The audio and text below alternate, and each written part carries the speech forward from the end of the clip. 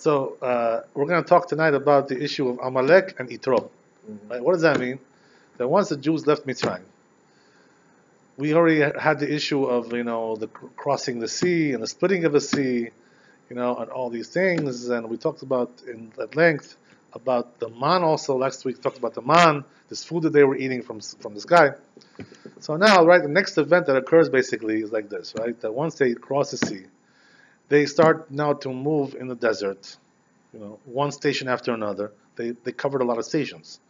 They moved all the time. They were moving. They were always on the move, stopping here, then going there. Like one big road trip. That's what it was. For 40 years. Can you imagine? 40 years they're going on this road trip. It's a long trip. So it's even longer than New York to Los Angeles. You know what I mean? It's quite long. I'm not talking about the distance, but I'm talking about the time. Yeah. So what happens is like this, right? That now the Jews start to complain. We talked about this a little bit before. What does that mean? What are they complaining about? They tell Moshe Rabbeinu, we don't have water. Our animals are going to die, because every time they went somewhere, sometimes there was a lack of water there. So why was this happening, this whole thing? Right? HaKadosh Baruch Hu was testing them to see if they're going to behave properly, if they're going to rebel. So he's giving them like slight kind of delays in the services, Services were not coming always on time. There was a little delay going on. HaKadosh Baruch Hu was just testing them to see how are they going to react. They have to wait half hour, God forbid, or hour. And once they, they had to do that, they started to yell and scream, complain to Moshe Rabbeinu. This is lacking, this is lacking, this is lacking. So what they would do is, complain like this all the time. So what happens is that now, because of this complaint, they started to, have a fundamental lack of belief. What does that mean? They asked this fundamental question, right? Is Hashem with us or not? Yeah. You know what I mean? Like, why is this happening to us? That we're lacking this, some things are coming late, we have to wait, we have to have patience, The waitress is not bringing the order right away. You gotta wait a little bit until they cook the food, until everything is ready, whatever. So all these things they cannot tolerate, you know what I mean? So because of that, Kadosh Baruch Hu told them like this, this is what he said to the Jews. The Jews here also, it says in the Midrash, something a little bit deeper, what their thought was about this. What their thought was? They wanted to test God. You know what I mean? What does it mean to test God? They said, listen, we're out in the desert. Who took us out here? He did, right? He's the one who took us out here. So he has to prove that he's able to sustain us over here. This is the whole thing, right? What does that mean? That provide us for food and water, the basics, so we can make the journey. Otherwise, how can, the water is even more important, right? Because you need it constantly. When you're in the desert, it's hot there. So you need constant water supply. Also for the animals, they're going to die, blah, blah, blah. So they wanted to test Hashem. You know what the test was? They said, listen, if Hashem will be able to supply us with our needs, we will go His way. You know what I mean? Follow His rules. But if He's not able to do that, we're going to rebel against Him, Make a rebellion, Go back to Egypt or whatever, make some kind of an alternative plan. You know what I mean? If you can't supply us with what we need, you're not a real God, like what kind of God are you? You understand? This was on their mind. Yeah. So once HaKadosh Baruch Hu hears, these thoughts going through their head. The miracles they already forgot about. Oh, that's the whole thing, right? The whole thing is that they went through a series of miracles over here, which you would think should stay in their head, should remain, right? Exactly, that's how people are. It should remain, etched in their minds. They should have a memory of all these things, but no, the memories are very short. All of a sudden, 10 minutes after, going back to normal, going back to scratch. So now, so complaints are coming. So what happens is, right, they said like this. So Kadosh Baruch Hu said, you know what? Since you are wanting to test me. So he says, you know what I'm going to do to you? I'm going to test you instead, right? You're trying to test me, you're going to be tested, right? So what was the test that he gave them now, right? The test was Amalek, right? Comes Amalek, Vayavo Amalek, right? It says that's what it says, right? Once they asked that question, is Hashem with us or not? That's what it says in the pasuk, in the verse. This was an actual question. Can you imagine? Yeah, they challenged it. By the way, this also applies today as well. I mean, the truth is that how it is, right? People have all kinds of challenges in their life. You know what I mean? Like, for instance, some things are going well. Yes. Some areas of life are going well. Other areas, like totally, non-existent. I mean, there are certain things. Some people, have a problem with, with dating, and all kinds of things. Their finances are going well, but the dating is really bad. Can't find a mate. Mm-hmm. You know what I mean? Yeah, yeah. And some people just the other way around. Right? The You other have a way mate, around, yeah. but finances are very bad. Yeah. Whatever. So there's always like this 50-50 going on. You know what I mean? Some things a person has, or some things a person doesn't have. So he's like gets frustrated. Becomes like a frustration. So what happens is, right, that a person starts to doubt because of this. He says, is really God with us? I mean, does he really exist? A person can ask this question. You know what I mean? Why? Because he's saying, listen, like I only have 50% of what I want. The other 50% is really going bad. It's like the pits. So this is exactly what they did. The people this is what they said. So, I mean, on the one hand, we have these miracles and this and all kinds of things, but, when it comes to some things like, water supply and this and all kinds of, we're like very, it's very scary. I mean, we have to sometimes wait for the water.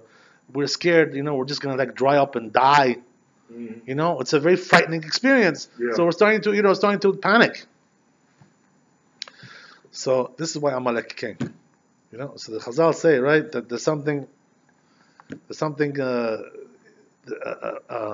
there's here allusion here in the wording of this whole thing, right? What does that mean? Right? In Hebrew, right? Maybe you don't know, but if you don't know, if you do know, whatever is, I'll tell you anyway. So in Hebrew, right, every letter has a numerical value as well. You know what I mean?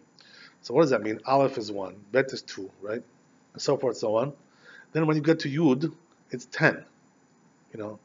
When you get to Kaf, it's 20. When you get to Lamed, it's 30, right? So forth, so on. So then when you get to Kuf, it's 100. Resh, 200. Shin, 300. Taf, 400. That's the last letter of the Hebrew letter, the alphabet, right? So we have everything in numerical letter, right? These numerical values, by the way, teach us things about the Torah. There's all kinds of right allusions that they teach us, all kinds of drashot that we make, right? So one of them is like this, right? That the word Amalek, if you take the numerical value, right, how much does it come out to be, right? Ain is 70, right? Mem is 40. So together that's 110, right? Lamed, 30. So that's 140, right? Kuf, 100, right? So altogether you have 240. So you take the word now, right? Safek. What does Safek mean in Hebrew? It means doubt. Meaning what? That they doubted that Hashem was with them. You know what I mean? Yeah. So the word Safek means doubt. So how much is Safek, right? So Samech is 60, right? Pei is 80, and Kuf, right, is Kuf is 100. So it comes out to be the same numerical value as Amalek. You understand? Safek and Amalek, it comes out the same numerical value.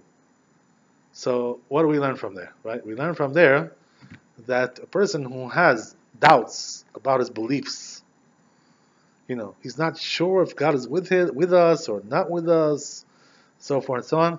So you know what happens? The Amalek comes to punish him. Mm-hmm. This is what happens when a person has doubts. Yeah. So you get attacked. Wow. A person is being attacked, in Judaism, by the fact that he's not 100% in his faith. That's scary. You know what I mean? Yeah. That's the biggest lack of, the lack of faith is one of the biggest sins that there is in Judaism. Actually, you know what I mean? Because when a person, the truth is, right, there are people who are born religious. You know what I mean? In a religious family. So what happens is like this, right? That they're like habituated to do mitzvot, tefillin, Shabbat, this. They keep it because their parents did it. That's the way they grew up. That's the way it is. For them it's like normal life. You know what I mean? That's one. There are other people who didn't grow up in a Jewish shidduch in a religious family, but because they tried to do tshuva and they came with a full heart, and they tried to do tshuva. So what happens is, in the zechut and the merit of that, they become strong. Now what happens is, right, that these people sometimes become stronger many times than the ones who are born in a religious family. You know what I mean? Why is that? Because these are people are religious from habit, just habituation. But these people are religious because they believe really, they have a strong belief. Their belief is stronger. So they say, right, that a person who believes, his belief system is very strong, is considered to be more righteous. Chazal, they say, right, than a person who's habitually religious, but his belief system is very weak. In other words, you can get him to like stop believing because he's not really founded very strongly in belief, in the concept of belief. So says the Gaon of Vilna, right, that a simple Jew who was 100% belief is better than a person who's learned, in Torah, and he, was born into a Jewish, Orthodox family, but his belief system is very weak, So who's better? The one who's a simple Jew, but he believes, because the belief is more important than everything else. So you see from there that one of the biggest problems in Judaism is lack of faith. Yeah. So Safek, this is what brought Amalek. This is the idea. You understand? The fact that the Jews were doubting, is Hashem with us or not? Okay, that's one interesting thing, right? So, as you know, Amalek is the son of Eliphaz. Who was Eliphaz? Eliphaz, the son of Esav, right? So Amalek was the grandson of Esav. Understand? But for some reason, right, we have to understand that. Why is it that Amalek is considered to be the biggest foe, the biggest enemy of the Jews, right? More so than the other families of Esav. Why is that? Why is Amalek singled out, to be the arch enemy, always coming, attacking the Jews in a time of weakness? You know what I mean? I mean, we believe also, to be honest with you, like we know that what happened in Persia, the whole story of Purim is coming up soon now, right? Purim is coming up very soon. So we believe that whole thing was Amalek, because Haman, the one who was planned this extermination of the Jews, he was basically a Hitler, That was the whole idea. So he was from Amalek, that's what they say, right? The Chazal. Haman was from Amalek. Probably Hitler was also, a person who has this audacity to try to wipe out the Jews like this, exterminate the Jews. There's only one nation that has this audacity in general, right? Which is the Amalek. You know what I mean? So Amalek is the arch enemy. So why more so than the other families of Esav? There's also other families of Esav. Yeah. You know what I mean? So why Amalek? So we have to understand the history of Amalek, right? What's the history? What happened was like this, right? That they say the Chazal that Esav, he had several sons, right? And one of them is Eliphaz. Now Eliphaz was, particularly more interesting, more prominent than the other sons in the sense that he was the firstborn, of Esav. You know what I mean? Okay, fine. He was the firstborn. So what does that mean? The Chazal say, right, that Esav's family was considered to be very prominent. Why is that? Because he came from Avraham Avinu. You know what I mean? So family of Avraham Avinu was very respected. You know what I mean? This was considered to be like the top-notch family in the whole world. So Esav is a grandson of Avraham. So therefore he also has a prominence. So they say because of his prominence, all the nations of the world wanted to marry into that family, Whether it was this guy or that guy, doesn't make anybody from that family, they were interested in marrying into that family. That's the way it was.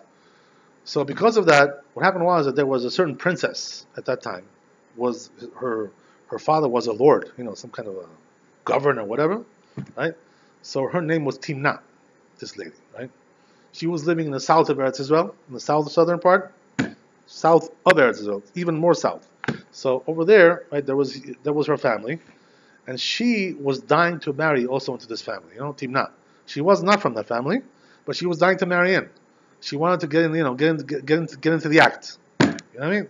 So what happened was that Timnah was looking to see, maybe I can marry this grandson, maybe this, get somebody, whatever I can do, I'll do. So the truth is, what happened was, right, that she wanted to convert because of that. She wanted to do conversion. She said, I'll become Jewish. Just to marry into the family of Avraham Avinu. So what happened was, right, that she came to the elders of the family, and she asked for them to convert. She asked them, I want to get converted. So what happened was that they rejected her. After deliberation, they deliberate, and they rejected her, Timnah. So what do we care about this whole story? So they say, right, that this rejection was a mistake. You know what I mean? Why a mistake? Because, she came with a good heart, I mean, she really wanted to, become a part of the family. So why did they reject her? For what? So you know what their reason was? Their reason was they said, this lady, she's a daughter of like a lord, a governor, whatever. She's probably coming because of prominence, like she's not really coming because she loves Hashem, because she loves the Torah. That's not the reason why she's coming. She's coming because of prominence. She wants to attain some kind of some name, some honor, whatever. That's they said. Because of that, she's a spoiled girl. She grew up in a royal family. This girl, she's not really coming for the right reasons. So they rejected her because of that. Understand? So the Chazal say this was a mistake. They rejected her like this. Who was the one who rejected her? We're talking about our fathers, Yaakov Avinu, and we're talking about them. They rejected her. It was a mistake. Why was it a mistake? Because when a person comes, with such a desire like this to convert, why do you want to hold her back for what? I mean, okay, she's not perfect. There are some flaws there. Okay, fine, but just to send her away and say, listen, we don't want girls like you in our family. You're not, you're not our ilk. You're not our, you're not a part of our society. So she got very upset about that. She felt rejected. She felt down. She was insulted. She was. So because of that, what happened was, after this episode happened, what did she do? She said, listen, if I can't get into the family of Avraham Avinu, so I'll take the next best thing, right? I'll go to Esav. He was also from Avram. You know what I mean? Even though he wasn't Jewish, okay, whatever, but he wasn't practicing as a Jew. But Esav, was also prominent, had the prominence of that family.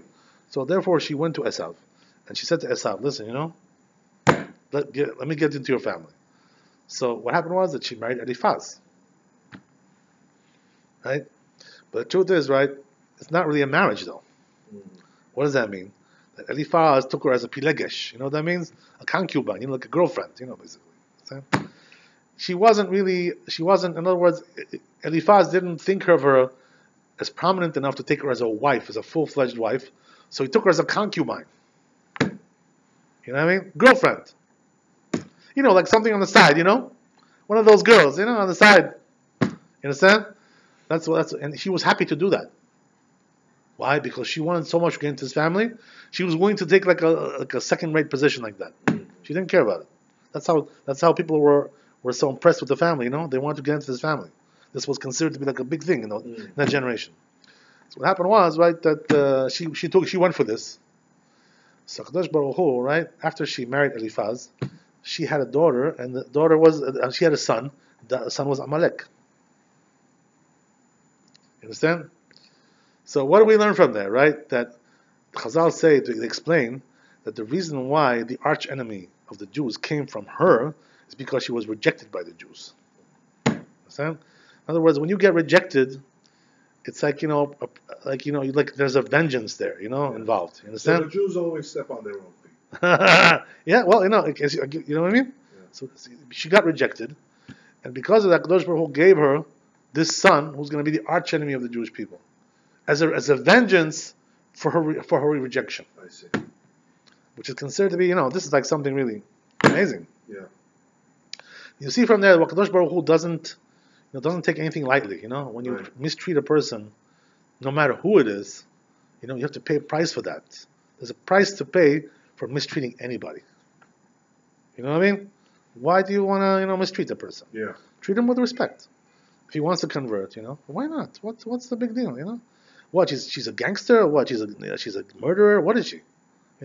Okay, she's a spoiled brat. She grew up in a royal family. Okay, so what?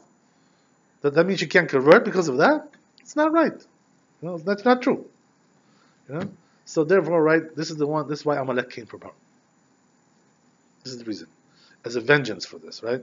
So therefore the Chazal say that Amalek was always there to take vengeance from the Jews when they're not doing the will of Hashem. When they're not doing the will of Hashem, always Amalek comes. So here also, they were not doing the will of Hashem. What does that mean? They had a lack of faith.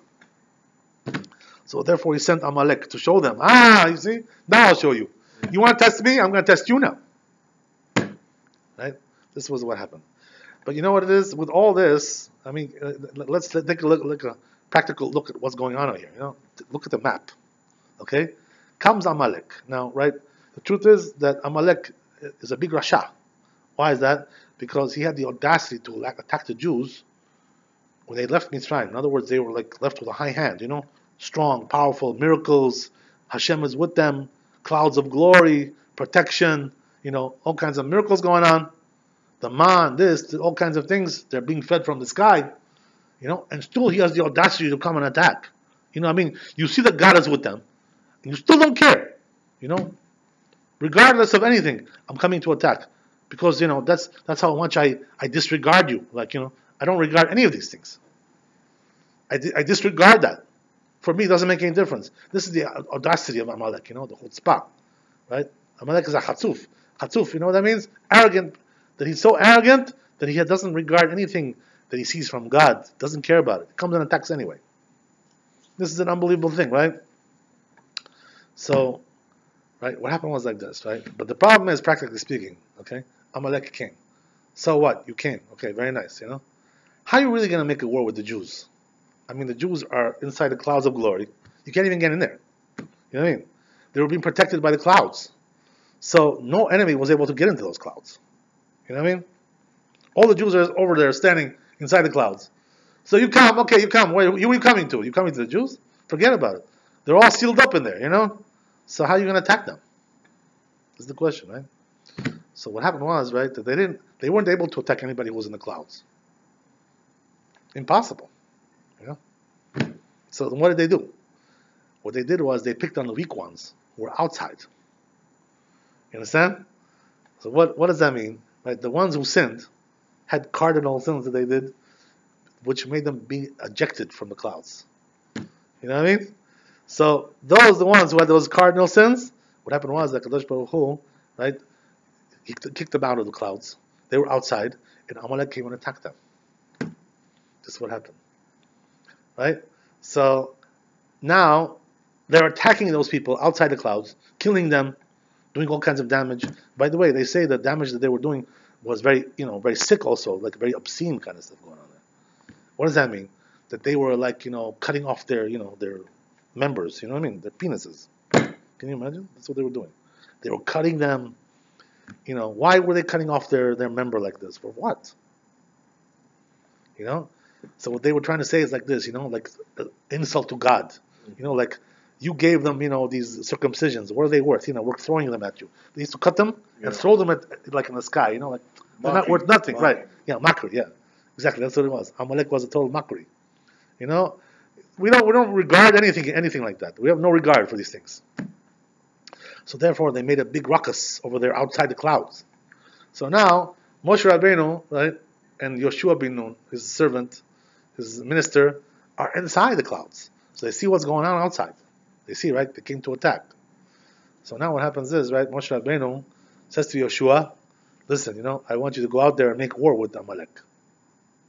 Take care of this problem, So the question is, why didn't he want to go himself? What's the reason why he wanted to send Yoshua? According to the simple meaning, the Midrash says, right, that he wanted to train him to be a leader. Why? Because he was supposed to be the leader after Moshe Rabbeinu dies. Moshe Rabbeinu knew that Yoshua is going to take over, and he's also going to take the Jews into the land of Israel. Moshe Rabbeinu will not have the merit to do that. He won't be able to take them into Israel. He himself is not going in there. You know what I mean? So he saw that with Ruach HaKodesh, so therefore he wanted to train Yoshua to be a leader. So go out and let's see what you can do. Let's see if you can fight. You can defend the Jewish people. So this is the simple reason why he told him to do that. But there was also another reason, which is a little bit deeper, which is what? That Yoshua came from Ephraim, right? Which was from Yosef. So what does that mean? Why is that significant? The Chazal say, right, that the descendants of Yosef, they're the ones who have the power to defeat Esav, to defeat Amalek. They're the ones who are destined to do it in the future as well. When Mashiach comes, all these things, right? They're the ones who are going to defeat them. They have the special power to do that. What's the reason why? What, they have bigger muscles? They're tougher. They have they know karate or kung fu. What's the reason why they have special merit to do that? So it has nothing to do with physical prowess. So what is it? So the answer is, right, that Yosef, since he was an innocent person, meaning what? He never chased after his brothers. He never persecuted his brothers. He never pursued them. He never wanted to kill any of his brothers, anything like that. Since he was totally innocent regarding that. So what happens is like this, right? That we mentioned this before, like several months ago. There comes now the measure of judgment, right? And says to Esav, trying to accuse him. So it tells the Esav like this, why did you chase after your brother Yaakov? Why do you hate Yaakov so much? Why do you hate the Jews so much? Why are you so anti-Semitic? What's the reason, right? What's the reason why, right? So Esav says, what do you want from me? They also chased after their brother, Yosef. They sold him as a slave. They wanted to kill him. So, I'm not any worse than they are. What do you want from me, What's the big deal? The Jews also have their own strife. They hate each other, this and that, civil war, blah, blah, blah, all kinds of stuff. So that applies to all the brothers who sold Yosef, but it doesn't apply, right, to Yosef himself. What do you mean? He never sold anybody. He never betrayed his brothers. So therefore, right, he's the one who has the power to defeat Esav. Why? Because he's the only one who can answer this question that Esav presents. Yeah, but they did it too. Yeah, but Yosef didn't do nothing. Just the opposite, right? He helped his brothers. He sustained them. He gave them food. He sustained their children. He sustained the whole family. Just the opposite of what they. In other words, he paid them good. He repaid them good for the bad that they did to him. Just the opposite, right? So therefore, since he had this special, virtue of being this way, of being above, human nature, whatever. So therefore, he was the only one. He's the only one who can defeat Esav. This is the reason why. So since Yoshua was from Yosef, so therefore Moshe Rabbeinu sent him and said, you go do the job. You're the one who's fitting for this. That's what it says in the Torah. So go do it. I'm not from Yosef. I'm from Levi, right? So I don't have this special power like you do. You understand? So he told him, go take care of it. You're the one who's supposed to do that. Okay, so he sends them out, right? So what happens now? Now they have to. What happens is that they have to leave the clouds of glory. They have to leave, get out, and start to fight with them because they're inside. They can't come in there. You understand? So he goes out. He takes people with him, army with him. It wasn't such a big army, by the way. He took an army with him, and what happens is, right, that he starts to fight with Amalek. So it says, right, something interesting in the verses, right, that Moshe Rabbeinu at this time, what was he doing? While the battle was going on.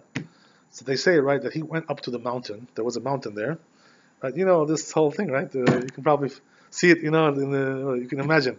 So he was standing there, and two of his servants, right, Aaron and Hur, right, two of his disciples, were holding up his hands like this, and he was like visible to them while the battle was going on.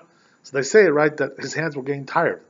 They couldn't hold him up anymore, so they had to support his hands. These two, right, Aaron and Hur. So what happens is that every time Moshe Rabbeinu raises his hands, the Jews are winning the war, the battle.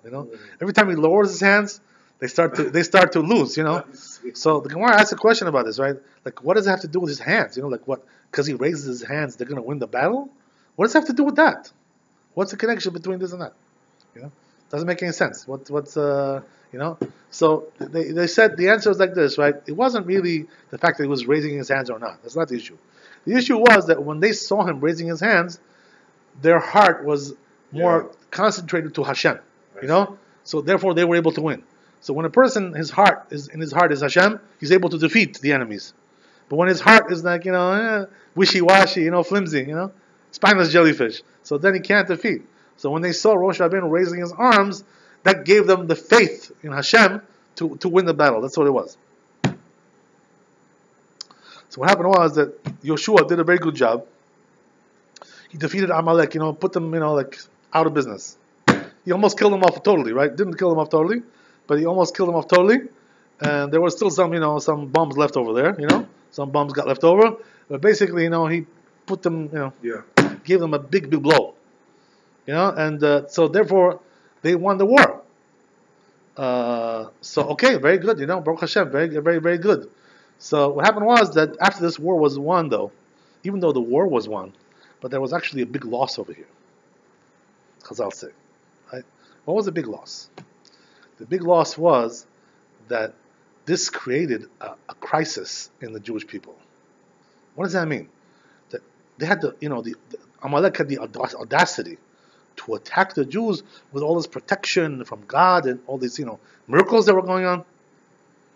So what does that mean, right? That now it wasn't considered to be such a big deal to attack the Jews anymore. It's normal. Even though they lost and they got singed, they got burned, but this opened the door now for other nations to attack as well. What does that mean? They weren't so afraid anymore to attack. They said, it's possible to do it, If you do it the right way, it's possible to attack the Jews. So therefore, right, what Amalek did was they weakened the faith in God. That's, by the way, that's their job. Their job is to weaken the faith. So when you have, Amalek today, by the way, this, happens on many fronts. This Amalek business, you understand? Today, the way they're weakening the faith is not only the physical way; it's also the spiritual way. I mean, the heresy that they talk. They chide us. They mock us. These. Yes. They ridicule us. Understand? This is the chiding of Amalek. You saw those women in the Congress, the Muslim women. Right. The truth is, that they're not really Amalek. These people. Amalek is the white people. You understand? These are Ishmaelim. Yeah, they're also enemies. Yeah. They're also enemies. But the real enemy, Amalek, is even worse. In other words, we're talking about the whites. The Germanic kind of, Yes. this kind of, you understand? Yeah. We're talking about this kind of people, European people. So really, they're the real Amalek, physically speaking. You know what I mean? What happens is, right, that they weaken the faith in Hashem. How do they do that? By attacking the Jews and making it look like it's possible to do it. Like, it's not so bad. You can do it. It's not so bad. The truth is, right, that I'm sure that since these Ishmaelim, are attacking the Jews in the last 100 years, they're the ones who are attacking the Jews more than anybody else. There must be also amongst them Amalek also, who are amongst them as well. Yeah. Because always Amalek is the instigator of these things. Understand? They're the ones who instigate these things. So what happens is they work together, but what happened was like this, right? That now the Jews became more vulnerable to attacks. You know why? Because Amalek kind of opened the door to that possibility, that it's within the realm of possibility. You can do it. It's possible, It's hard, but it's possible to attack them, So this damaged the faith in Hashem, damaged the faith in God. And this is Amalek. So, that Hashem says, right, about Amalek, that they must be uprooted, they must be blotted out. We have a mitzvah, right, to uproot Amalek, to blot out Amalek. Why to blot out Amalek? We don't really have a mitzvah to blot out all of Esav. We don't have such a thing like this, But Amalek, yes. Why? Because Amalek is the leader of the anti-Semitic, movement. He's the one who instigates these things. People like this, David Duke, people like this. You understand what I'm talking about? Skinheads, These guys are the ones who, have that audacity, to come and to play these games against God. They have no regard for Hashem. They have no regard. They're not scared. Even if they die, they do it anyway. They're willing to give up their life to do these kinds of things. That's what we saw, right? We saw also in Germany. These people committed suicide, but they had to do what they had to do. You know what I mean? They committed suicide, but they did what they did. Cannot escape that. So Amalek, right? This was the damage that they did. So Kadosh Baruch Hu, what he says about Amalek? He says, I cannot bring the redemption of the Jewish people until Amalek is wiped out. So therefore, every generation we have a war going on with Amalek. Whether it's a spiritual war, whether it's a physical war, philosophical war, all these things are going on at the same time. We have to always fight against Amalek, because this is the safek, right? As we said, right, that the doubt is equivalent to Amalek, numerically speaking. So therefore, it's really one and the same. A person has doubts in faith, doubts, right, in belief. So this is the place where Amalek gets its nourishment, with those doubts, with those with the weakness in faith. That's where the nourishment comes. So therefore, right, they did what they did. So Kadosh Baruch Hu says every generation. What happened was, right, actually, that after this generation, what happened with Amalek? So then there was also another generation where Kadosh Baruch Hu tried to wipe them out again. When was that? In the generation of Shaul, right, the king Shaul, who was from Binyamin. He wasn't from Yosef, but he was from Binyamin. So Binyamin is also similar to Yosef. Why? Because they both come from Rachel. And also Binyamin was not involved in the sale of Yosef. So therefore he also has that power to defeat Amalek, to defeat Esav. So these two tribes are the ones who have the power to defeat Esav. You understand? So what happens is that now comes the Kadosh Baruch Hu, right, and tells Shmuel the Navi, the prophet Shmuel, tells him, go tell Shaul, I want you to go and wipe out Amalek. Do me the favor, right? This was in the generation right before King David, right? Was coronated. This was right before that. So what happened was, right, Shaul goes out and tries to also do the mitzvah, right? Kadosh Baruch Hu tells him, listen, I want you to wipe them out. Don't leave anybody over. Get rid of everybody, just like the mitzvah is. The mitzvah is to get rid of everyone. Males, females, boys, girls, children, everything. No, don't leave anybody over. You understand? So what happened was that Shmuel Navi goes to Shaul and tells him, listen, Hashem commanded you. You better go do now what he says, right? Don't play games. You know what I mean? Why was he already suspicious about him? Because he already failed one time, right? One time they got a commandment, and he didn't do exactly 100% what he was supposed to do. So therefore, right, he was a little bit suspicious. So he told him, listen, this time don't mess up. If you mess up this time, that's it. You're going to lose your position. You're going to lose your kingdom, right? So it's do or die for you now.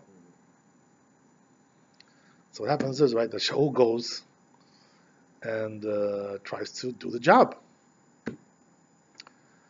So as he's going, right, to fight the war, he starts to get all kinds of thoughts in his head. The Yetzer Hara came to him. Satan Taushi, Satan came to him and put all kinds of thoughts in his head. All of a sudden, right, he became, right, Mr. Rational, Mr. Moral, the moral guy, right? So, he tried to, the Yetzer Hara put this thought in his head. He said, what, I understand, listen, you want to kill off Amalek. Okay, so I understand, the males and the females, because they're adults, but the children, what did they do? What sin did they do? You know what I mean? What sin did the children do? They're innocent. How can you kill children? You know what I mean? That's what the Yetzer Hara told him. So this was starting to bother him, He said, maybe this is morally wrong.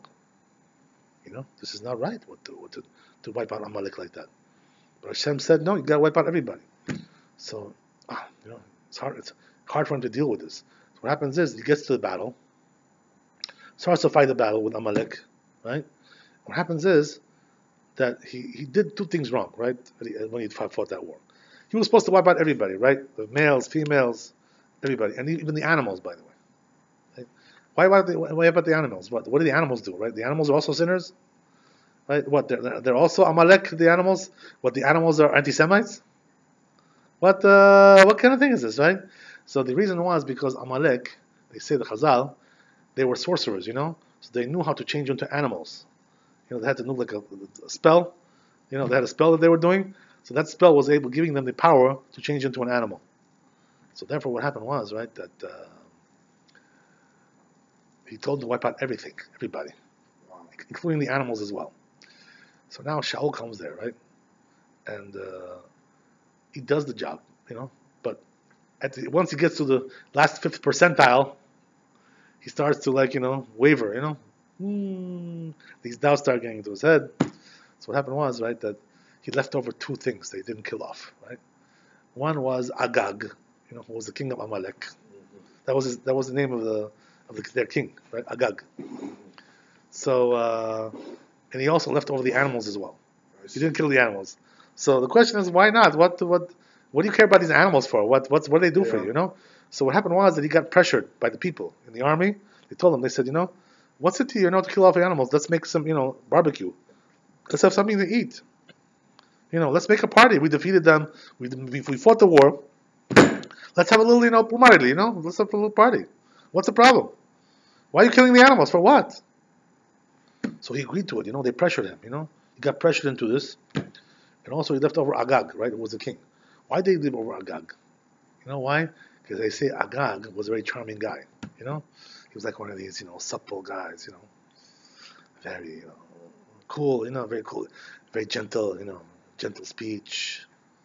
He was like very aristocratic, So because of that, he just, he had mercy on him. He said, this gentle person, he's such a gentle gentleman, He's a real German gentleman, this guy, how can I kill him off? How can I kill off this guy, He's so gentle, he's so sweet. He couldn't hurt a fly, this guy. So therefore he left over these 2 things, the animals and Agag, the king. So what happens is like this, right? Now comes, after he wins the war, comes Shmuel Hanavi, right? The prophet comes and tells Shaul, what happened? You did the job like we told you? So he says, yeah. He says, don't worry, everything was done, Everybody's gone, everybody's well killed off. So he tells him, so he says, oh, is that true? He says, I see, okay. So he says, what's that noise that I hear, right? Some things going on there, right? I hear some people screaming, animals, this and that. Okay, what's going on? Where are these animals from? So he says, those animals, yeah. He says, we left over those things because, we had mercy. We had to eat something, make a party, make a celebration to bring sacrifices to honor God. We did this. So Shmuel Navi tells them, he says, you wanted to honor God, huh? So again, you messed up, right? The first time you messed up, Hashem commanded you to do something, you messed up. Now you mess up again. Second time. He says, that's it, your kingdom is already gone. Your kingdom is not going to last. Because you can't follow orders.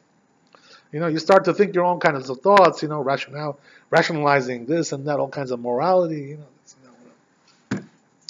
false morality, So what happens is, the Shmuel Navi, right, comes, and he says, who is this? He sees Agag, the king, Says, this was the king, he's a very gentle guy, he's a big gentleman, this guy, I didn't kill him off, look at him, He couldn't hurt a fly, this guy. He's so sweet, gentle, he's so supple. A supple human being. So Shmuel Navi, tells him, supple, says, you want to talk about supple? So he takes out a sword, he brings him over, he cuts him up into pieces, like a shish kebab. That's what he does to him. So here, this is your supple guy, right? Cut up into pieces. That's what you have to do. That's what you had to do. But you were a wimp. Right? You didn't have the resolve to do right, what was supposed to be done.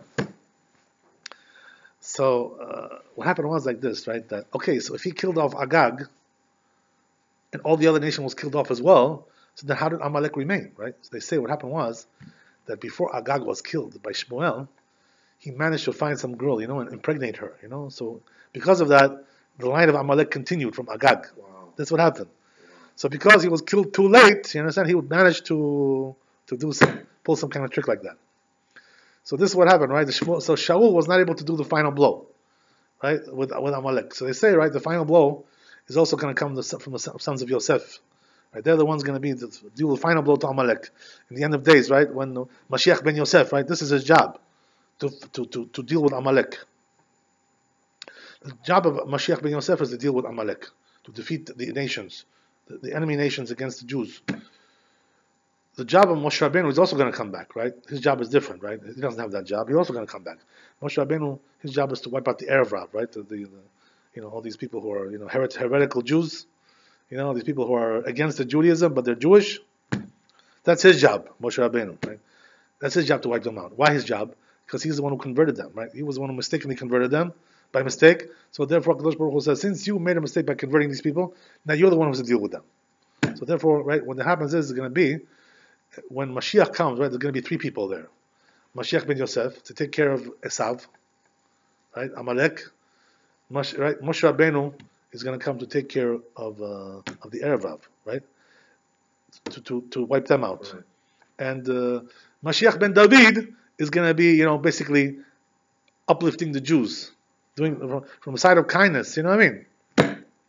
So this is all one unit. You understand? We have Mashiach ben Yosef, Moshe Rabbeinu, and Mashiach ben David. They say these three people are actually one big soul, one big unit of neshamot, one big unit. That's one complex soul. That's what it is, right? So that's what's going to be in the time of Mashiach coming. So when some people tell you, maybe this guy was Mashiach, it's kind of silly, this kind of stuff, because the real Mashiach, when he really comes, you know what I mean? It's going to be something so big, there's no way you can miss it, you know what I mean? It's going to be such a big explosion, such a big, ruckus. It's going to be a big ruckus, you know what I mean? What does it say? When did they expect this? We don't know. We don't know when it's going to be, right? But we know one thing, right? That we have only 250 years left, because we're already, 5,700, and we have less than 250 years left. Basically what it is. So we may not see this. Well, we'll see. Well, day by day, we go day by day. But right. So this is the idea. So Kadosh Baruch Hu says, until Amalek is wiped out, my kingdom cannot be established, because they have the chutzpah, the audacity, to fight against me. And after in every situation. After Amalek is wiped, so undoubtedly they will be wiped out. That has to be. There's no other way. After they're wiped out, what happens on this earth? So then the kingdom of God can be established. Otherwise, it cannot be established, because they are the antithesis of that. You understand? Two cannot exist at one time. But it's not going to be the world to come. No, in this world. In this world. Olam Haba is something else. It's something else. Right. But here, it's a different stage. Life will continue. Right. Yes. Amalek will be wiped out. Right. And then the kingdom of God, comes kingdom of Mashiach. Mm-hmm. But so So what? Only the Jews will remain in this world? uh, also there will be goyim. Also there will be left Yeah. over. There will be goyim also, Yeah. righteous Gentiles. Yeah. That's what's going to be, right? The ones who didn't do idolatry, the ones who didn't, adultery, these kinds of things, transgender, kinds of things like this. People who are doing this kind of stuff, their hopes are pretty thin, pretty meager, right? Yeah. Because this is like homosexuality, transgender, these kinds of things. You know what I mean? It's a woman, it's a man, you don't know what it is. Today, right? It's like, on the outside she's this, and the inside she's something else. You never know. So, when you have this kind of things going on, obviously, right, the situation is pretty bad. So those people who are doing all these kinds of things, they're not going to survive. But the ones who are keeping clean, staying away from this, living a nice, clean life, married, children, this and that, normal, don't steal, don't curse, don't, curse God, don't do idolatry, have all kinds of crazy thoughts in the head. There are people like this. There are Gentiles who are righteous. There are. Yeah. But they're still Gentiles. They believe in what? Right, but the truth is not all of them believe in that. That's one thing, right? Not all of them believe in that. And also the truth is, right, that the ones who believe in it because of the just falsehood, they don't know better. They're not So in right, control, so they may not be blamed for that. You know what I mean? In other words, they think he's like some kind of a savior or whatever. You know what I mean?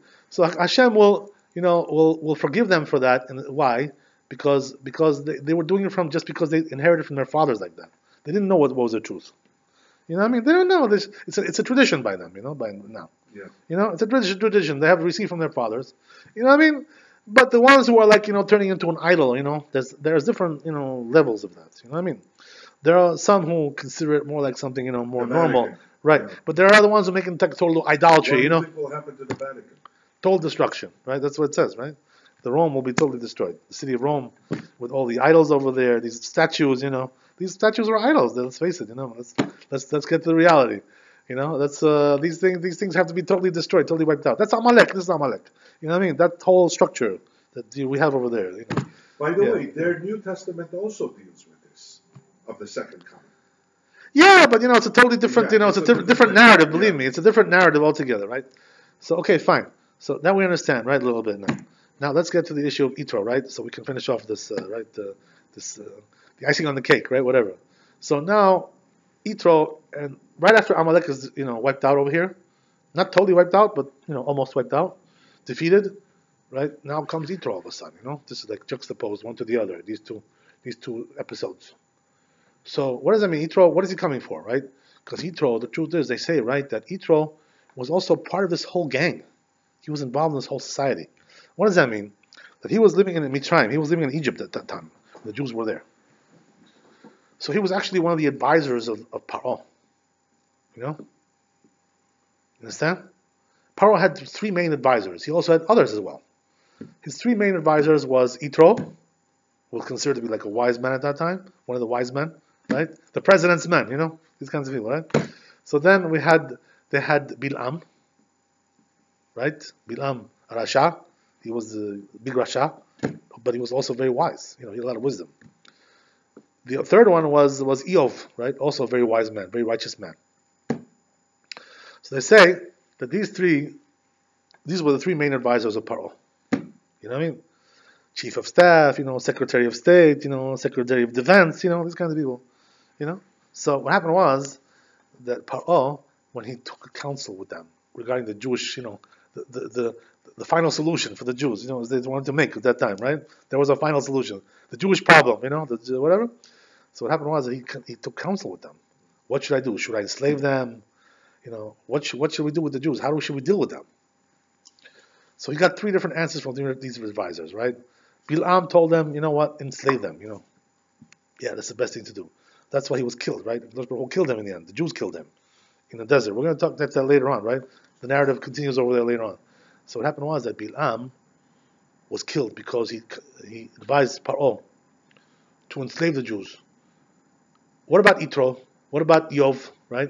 So they say, right, that Yitro objected against this. Mm-hmm. He didn't like this business. So he told Paro, don't do that, and he ran off. Why did he run off? Because he was afraid Paro was going to kill him, because he was against this. So therefore, right, he ran off and he went to Midian. He left Mitzrayim. He saw, right, that they were going to maybe assassinate him, this guy, he was getting assassinated. He was afraid of that, so therefore he ran off. So what happened was the third one was Eov, right? Eov didn't say good, didn't say bad. He stayed silent, like kind of like, take the fifth. He took the fifth. You know what I mean? So since he took the fifth, he was afflicted with all kinds of afflictions, with pains, with diseases. Why is that? Because he should have objected, like Yitro did. He didn't have the guts to do it. He turned out to be like feeble, weak, feeble, feeble-minded, not so strong-hearted. So therefore, right, HaKadosh Baruch Hu punished him too with afflictions. He didn't die, but he was afflicted because of this, right? So all these three advisors, this is what they advised. Now Yitro, he was the only one who objected. So therefore, what happened was, right, that he was merited now to come to the Jews and convert and become Jewish. He was the one who merited. Why is that? Because he defended the Jews. You understand? Since he defended them, he also, right, the Kadosh Baruch Hu gave him a chance also to join them as well. That's what happens, right? The ones who are defending, they join. So what happens is now, right, they say that also Paro had a different advisor as well. You know who that was? It was Amalek. Amalek was also one of the advisors of Paro. That's what the Midrash says. Who was a grandson of Esav. So what happened was that Amalek was also involved with that.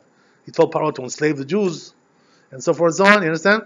So what happened was that Amalek and Yitro were on the same board, the president's men, the advisors, the cabinet. You understand? They were all together in one group. So what happened was like this, right? That therefore, right, these two stories are juxtaposed. Why? Because the Amalek is just the opposite of what Yitro was, right? Yitro was far away from the Jews; he had nothing to do with them. He came close to Hashem, right, and converted. So this was considered to be something very virtuous. On the other hand, right, Amalek, their father Esav, their forefather, was Jewish, he was born Jewish, and he went and became a goy, became a bum, became the enemy of the Jews, right? So what does that mean? This one was born inside and went outside, rejected it, and left. This one was born outside and came inside. So they're just the opposite, you know what I mean? The two diametrically opposed, things that are going on here, right? So therefore they're put together to show you that Amalek, right, who opposed the Jews, who wanted to wipe out the Jews. So therefore, their destiny is to be wiped out altogether, right? In the end of days, because this is they picked the wrong side, They have to be on the wrong side of the equation. Yitro, on the other hand, right, because he picked to join Hashem, to join the Jewish people, to help them, support them, and so forth and so on. So therefore, right, his destiny is to survive with the Jewish people until the end of days and to see Mashiach. So you see, right, that they're coming from two diametric sides. So they say, right, that Yitro, also what happened was, we talked about Yitro regarding, right, his Gilgul, right, his reincarnation. Yeah. That we spoke about this in the past lectures, that Yitro was a Gilgul of Cain, right, who was a brother of Hevel. So they say, right, Hevel was Moshe Rabbeinu, he was a Gilgul, right, and Cain was Yitro, right. So what happened was that Cain did two evil things, right, to his brother. One is that he killed him, obviously, right, and the other one was that he also took his one of his wives, one of his sisters, right. He wanted to have two wives instead of one, so he stole that girl, So what happened was that now he had to bring her back, and Tzipporah was, right, wife Moshe Rabbeinu was the Gilgul of that lady, of that sister, and therefore, right, in order to make a tikkun, to rectify what he did in the last lifetime, so therefore Yitro had to now return the stolen item that he did, right? He took from Moshe Rabbeinu, that stolen sister, so now he had to return it back to him. That's what Tzipporah. So he made a tikkun, right, regarding that. So basically what happened was that they met up again. Can you imagine these two characters, right? Cain and Hevel. Moshe Rabbeinu and Yitro. These are the two same guys. You understand? Now it's a different situation altogether. So what happens is, right, Yitro comes now, right, to make a tikkun, to rectify what he did in his lifetime as Cain. So one of the things, right, that he saw when he came to Moshe Rabbeinu, he sees something which is bothering him very much. Right? What does he see? He sees that Moshe Rabbeinu basically is all day judging the people, like as a court, judge. So what happens, right? People are coming with their cases, one has against the other, this guy stole from me, we did business, he took too much, he embezzled me, blah, blah, blah, all kinds of stuff, right? There's all kinds of court cases coming, right? He didn't pay back, he didn't repay my loan, I lent him money, right? This and that, this, whatever, mortgage problems, this, there's all kinds of things. He defrauded me, right? So Moshe Rabbeinu was judging these cases day and night, right? He's the only judge. Nobody else is judging besides him, because he's considered to be the big rabbi, the chief judge, chief justice, right? So Yitro looks at him, he's standing there and looking at this guy. He says, I feel sorry for you, I'm sorry, but what is this? You're working all day like a dog. You don't have a date, you don't have a minute to rest. You don't have a minute to do anything in your life besides to judge these people. What's going to be, right? If you judge people like this, you're going to you're going to destroy yourself like this. You're committing suicide, basically. Suicidal. You can't live like this. It's impossible. Working day and night, no rest, being, harassed all the time, and the day and night, these cases, one after the other, no end. It's like, how long are you going to last like this, You're going to kill yourself like this. The pressure is too much. So, what happens is like this, right? That he tells him, he says, listen, I'll tell you what you have to do. Listen to me what I'm telling you. I'm your father-in-law, right? Take some advice from me. He tells him, listen, what you have to do is make a hierarchy here, Make a court system with judges, lower judges, local judges, then you have the appellate court, right? You have this court, higher and higher. Then you have the Supreme Court. Little by little, the hierarchy goes up and up. So we told Moshe Rabbeinu like this, right? Tell them, listen, the cases which are meager, small cases, nickel and dime cases, you know what I mean? Let the smaller judges judge that. You don't have to be there for that. These are simple things, 1, 2, 3, No big problem. Let them judge that. Why should you have to judge every little case, every little thing, simple thing, ABC case? What for? They don't need you for that. Everybody knows these laws. You know what I mean? So it tells them, put, judges like lower level, local, and then like family court, right? Make a family court, make appellate court, right? Make this court, make that court, more and more, higher and higher. If this one doesn't know, they'll go one step higher. They'll appeal. They make an appeal, go to the higher level. So this was Yitro's innovation, you know what I mean? This whole thing, right? He was the one who innovated the system. That we use it today also. You know what I mean? There's a hierarchy of courts. You start from the bottom, you go to the top. So he tells Moshe Rabbeinu, this is what you got to do. He says, only the big questions, which nobody knows. So you'll have to, deal with those issues. Supreme Court, you'll be the Supreme Court. You know what I mean? But why should you have to deal with every petty case? For what? You can't survive this way. So Moshe Rabbeinu hears this, right, from Yitro. He tells him, he says, wow, that sounds great. You know what? Let me ask God if he agrees to this. The prophet, just go and ask. So he goes and, asks Hashem. So he tells him, okay, do it. Whatever he tells you, do it like that. So he agreed to it. So he made like the system, court system, you know what I mean? Local courts, this, city court, state, this, right? All kinds of jurisdictions, they're going up and up and up until the Supreme Court, where he's sitting there, right? So that's the way it became. This was instituted by the device of Yitro. They say the Chazal, by the way, that even though this was actually very helpful, in a sense, because it cannot work like this, one person is judging one nation. It's just too much. But the truth is, right, on the other side, they say that there was also some kind of a flaw here, right? What's a flaw? The flaw is that the Jewish people should not have accepted this. They should have objected. They should have said, you know what? We want to learn only from you, the Torah. We don't want to learn from these small guys. The small fries. You know what? Because these small fries, they have limited knowledge. Sometimes they're not so intelligent. They're not so understanding, So they can make mistakes also. And we can get the wrong, the wrong teachings, the wrong, tradition from them. So they really, the best thing to do, they say on the one hand, is the Jewish people should have said, we want to learn only from you. You're our Rabbi, you're our teacher, you're a rabbi. We don't want to learn from these small guys, these little, minor leaguers. You want the major leagues. You know what I mean? They should have told him that. But the truth is, right, what happened was that because of this, there was some damage done. What was the damage? That because we just explained, right, that because they didn't have a daily interaction with Moshe Rabbeinu in these cases, so therefore they lost their tradition somewhat. You know what I mean? Yeah. They became further away from the tradition, right? In a sense, there was no choice. But the truth is, right, somewhat they're blamed for this also, for accepting this as well. You know what I mean? But on the other hand, right, there's always a win or lose situation. You know what I mean? You can't have win-win. There's when you gain something, you also lose something. You know what I mean? That's the way it is in life. Life is complex. It's not so simple. You know what I mean? So what happened was that there was something also negative there regarding this. But the truth is, right, that until this day, right, this system exists everywhere because it's just, not possible for one person to run a whole country, with court cases. Who can right, do such a thing like that, right? Just not. So therefore, right, Kadosh Baruch Hu, the system became actually, accepted and it became part of the Jewish, court system forever. As right. Never this thing never really went away. So until this day, right, it's going to be the same thing. By the way, there's all kinds of teachings taught about that in the Talmud, right? How it's supposed to be done. These things they say, right? Every city, every town has to have a bet din there, right? A court with at least 23 judges. Why 23? Because you cannot do capital cases without less than that. A capital case cannot be done by 3 people.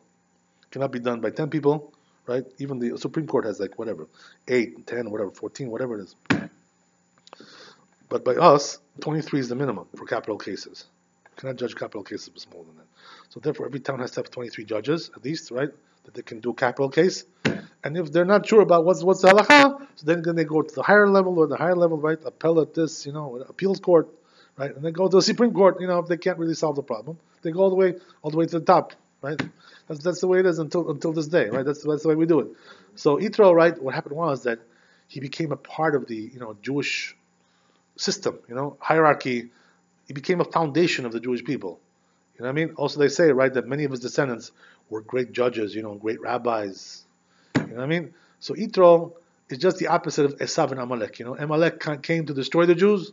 Yitro came just to the opposite, right? To build, right? So therefore, their destiny is like this, right? Destiny is that Amalek is destined for destruction because he came to attack. He has no regard for Hashem, no regard for his Torah, no regard for his holiness, no regard for the Shekhinah, no regard for anything. On the other hand, right, Yitro came and helped to build the Jewish people. So you see from there that converts, can also have a great future in the Jewish people. You know what I mean? They can come in, new converts, and become, great people, great judges, great leaders, Jewish people, because they really come for the right purpose, right? So, so therefore, right, we see from there that this mistake, which was made with the mother of Amalek, Timnah, right? You see, this is the whole thing, right? That Yitro was accepted, but this lady was not accepted, and this is what caused the whole thing. You know what I'm saying? So they say, right, that a person has to be careful with converts. Don't abuse them, don't afflict them. Because you have to treat them with respect, and don't treat them like second-class citizens. You know what I mean? If they really want to convert, you see, they want to convert with a full heart, even though they're not, 100% perfect. Nobody's perfect, What do you think? Angels are coming to convert? People are not human, They're flesh and blood like everybody else. What do you expect? But they're coming with a good heart, with a full heart. So you got to take them. On the other hand, the Erev Rav, the Moshe Rabbeinu, right, he converted them by mistake. It was a mistake to do that. Why is that? Because they were not coming for the right reasons at all. Right? They were coming for money, for power, for kavod, for honor, right? All kinds of things like this. They wanted to connect with the Jewish people because of their material success. So we see, right, all these nuances have to be dealt with very carefully, right? You need a good judgment to deal with these things. Anyway, I want to thank you for coming. Right? It was a snowy day, right? So you deserve a lot of reward. They say, right? Lefi, right? They say lefum agra schara, right? You know what that means? You're the one who should get the reward for coming. They say, right? They reward you according to your effort. So with the more effort you make, they say, right, that the reward is also greater. So when you come in the snow, your reward is greater. Baruch Adonai le'olam, amen, amen. Okay, chazak baruch.